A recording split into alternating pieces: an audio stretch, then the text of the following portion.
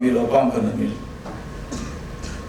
And if you see the protein meal, those are the seeds, the oil seeds. Then if you see the poultry meal consumed by the industry is almost 70%. So the rest is rapeseed, that is very common, and in India also very common. But if you see the other thing like cottonseed and peanut, they are used very less in the animal diets. The bee is still 70%. 70% is like still 30% in broiler, that is nets, but in other industry as well. So this is the soya production what we had somewhere back in 2020. It then improved a little bit over the last 4 years. But number one is still Brazil and then the US, and we cannot import this soya meal, so we cannot depend on them. Where we are, just 3%. So that is very less compared to the global demand, and that is not enough for us as well. If you go by meal used by livestock, again 61% of soya meal consumed by the poultry, and then the swine, which we don't have a big industry, but then we have a dairy which is also consuming 10% of soybean meal. And now as cooperatives are giving more and more better diets for the dairy, they are increasing their protein levels to 18, 20, 22, like that. So there comes the competition. We cannot say competition is like global scenario. 20 years back, US started to make ethanol from the grains. Much before, Brazil started to make ethanol from the sugarcane because they are the biggest grower, and they have vehicles which run on 100% on ethanol. We are just on 15%, targeting for 20% ethanol in our petrols. But those are the countries where they don't depend on the fuels. They all are biofuels. So we just started 10 years back from the rice, and rice ethanol originally was for the human consumption. And then during that time, the sugarcane was the main source. And as we produce sugar more than required, there is enough sugarcane to produce ethanol. And even today also, the ethanol production of India is 70% is from sugarcane. Rest 30% from all other sources. I will show you the slide. But if you see the ethanol now going from the broken rice to the corn, we are going to get a product because as sir says that if you process 100 kilo of grain, you will definitely get 30-35% byproduct, which usually is DDGS. And there is no way this quantity will be available more and more. I will show you the next slide. So, and see the price. The price of the rice DDGS, because of the level of proteins and fat, is competing with the soya at the moment, but it was now quite cheaper. It always stay cheaper, and very good source, very safe source, because very less mycotoxin and other anti-nutritional factor. Rice DDGS become common in almost all diets, and we have a very good experience. But there we have now getting a corn DDGS, which is also very rich. But looking to the DDGS intrinsic factor, because it is more with the fat, more with the starch, and more with the fat, the protein is less. But if you see the total value of corn DDGS, can compete with the corn and soybean meal. I'll show some figures later, but it is very cheap. And that's where the dairy industry this year get a big boost, because at the moment, maximum corn DHS is used by the dairy. And very little started with poultry, but there is one big constant is called mycotoxin. So looking to the availability in the future, and we have a big group, association like SOPA. They are teaching this ethanol producer from the corn to make DDGS more safer for animal use other than cattle. When cattle it is not safe, but nobody bothers. But in poultry, everybody bothers about the toxins. So here is the figure of the Indian, because in America they produce 420 to 440 liters of ethanol from the corn, because their corn quality is different. Our corn quality is different, and looking to our corn, we produce around 380 to 400 liters per ton of corn. Sugar cane is less, because this I put a raw sugar cane.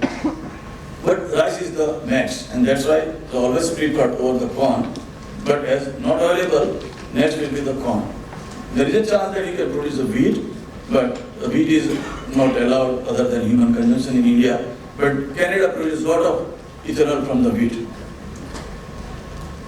So these are the figures, and it's very, we know the feed trend. Now we are almost 50 million metric ton. Grain ethanol per liters, the target for this year is 400 million, and next year is 500. So 20% increase they are expecting in next 1 year, because they have incorporated 20% in petrol from 15. So in feed sector, what we are going to get, the penetration of this corn DDGS, if we want to utilize those DDGS. This year, on average, if you use 4% of this DDGS in all kind of feeds for all species, it comes to 4%. Luckily, in cattle, we can go up to 20, so we have a less pressure in other industry. But still, it is more than required because people are not using, and that's why it is so cheap. But there is if you ask about the corn DDGS from US, it is more expensive than the corn. But not in India at the moment. We are at the half price. So this is the main reason we need to go for, we cannot say unconventional, it's going to be the conventional very soon. Now let's come why we use soya more and not other alternates. This is a very important slide from Professor Keed, and he worked a lot on low protein diet and alternate ingredients. And he did a nice picture that soybean, peanut, I choose these three because these three are available in India and we are using a lot in a crisis. And see, if you see the balance of amino acid in soya is much better, and you require less synthetic amino acid. There was a day when we are talking about 1 amino acid, and now we are talking about 6 synthetic amino acid available at very good price to include more unconventional, or you can say the less digestible ingredients in animal diets.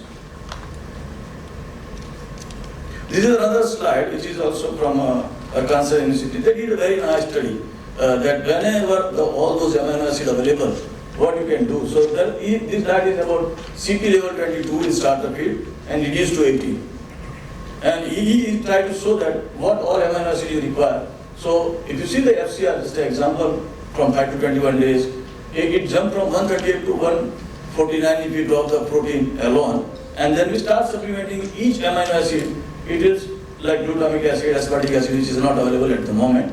That's why we don't go that low protein, literally. But we have now glycine and we have the other things. So if you have these all amino acids which are not available in future in a synthetic form, you can come to very close to 139 FCR from 138.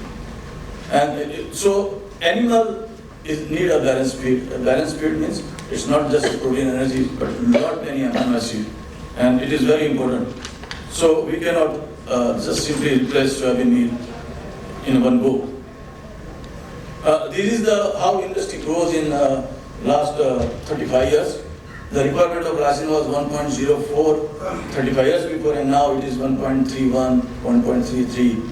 So the growth is almost 25% increase in lysine per se. It's just because we have to grow bird very fast and with minimum feed.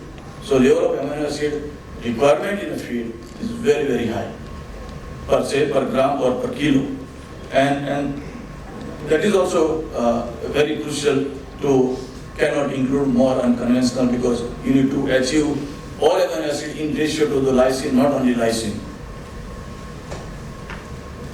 Then this is what I attributed. These are 6 factors, I can say. The livestock and poultry production feed, and growth of compounded feed industry, as I said about dairy in India, happened in last 10 years. Or the feeding system is more intensive, even for aqua. Previously it was all from rivers and ponds. Now if you go to Andhra, Orissa, West Bengal, very intensive, not semi-intensive, highly intensive fish and shrimp growing. And they need a lot of feed, a lot of concentrated feed to give them. And that also requires an ingredient which is more balanced. And of course the East Coast program and the nutritionists make a diet for the balanced amino acid. It will pick up the soya even at the 110 rupees. There is no option. This is just example comparison from Professor Steve Leeson. He just tried to say what are the maximum inclusion. There may be a various range depending on the quality of ingredients, but this is just a max level what you can go in broiler and layer diets. This is like try to compare cereal source and the protein source. See, in cereal the reference is corn, and protein the reference is soybean meal. So if you see the relative value of other ingredients to corn, everybody is around 100 and 100 and plus, right? Except the jowar because of the poor varieties. But if you see the protein ingredients compared to soybean meal, as we are talking about, except some animal sources, all others are poorer comparatively in protein, either in value or in the quality of the protein. This is very important because when we talk about essential and non-essential. These are just some key ingredients what we are using in India at the moment, and everybody has some non-nutritional factor, and we have the ways to remove them or degrade them or digest them, and for them the entire companies and the processing of the meals is very important. This is another example. When we talk about, okay, why only soy? Then we compare with the DDGS and SBM, a very nice research study in US, and they try to see the digestibility of amino acid from three key ingredients, corn, soya and DDGS, because that is now amply available. You can see the DDGS digestibility not only on early age, 5 days, but also on 21 days compared to soybean meal. So that is also a key reason that we are still dependent on more on soybean meal, and not we, the world. This is some another example of all those alternate animal proteins and vegetable proteins. And if you see the digestibility coefficient of various amino acids, other than the soybean meal, they are always poor. So it's not only the broiler, but it's in general also.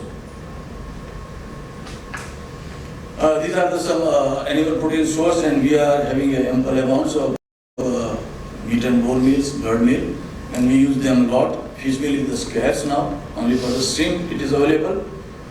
Feeder meal is very little because we are not processing them properly to get used in the poultry diet or aqua diets. So what are the challenges with the protein source? These are very common, and we know that they are highly variable plant to plant, batch to batch, risky for the bacterial counts. BSE is not the case in India so far. And there was, if you remember, last year, Andhra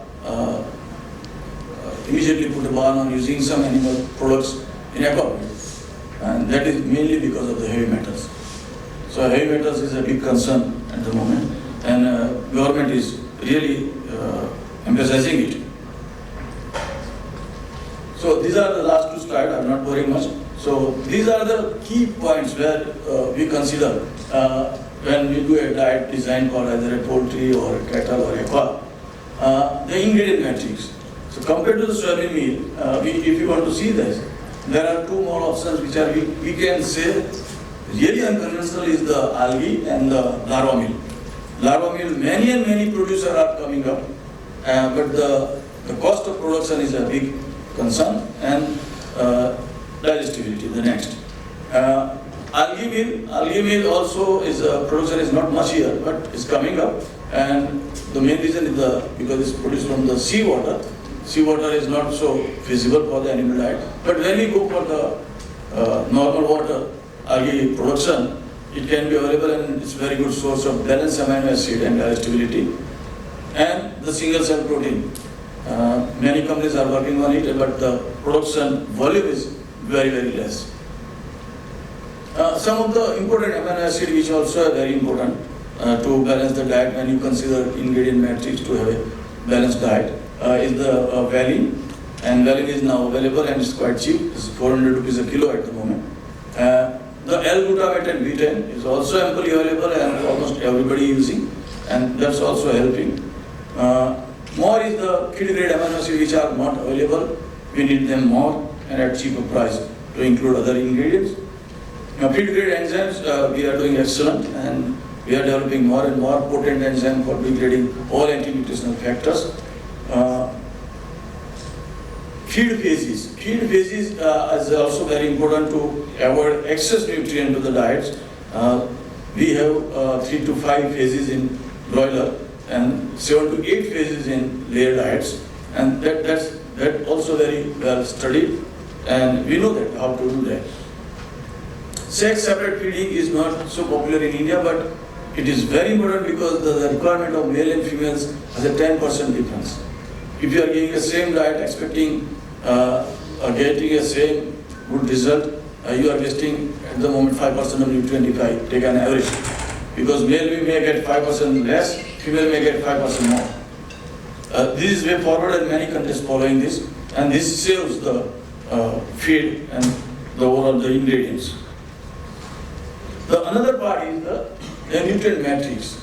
First is that the ingredient matrix, and the next one comes the nutrient matrix.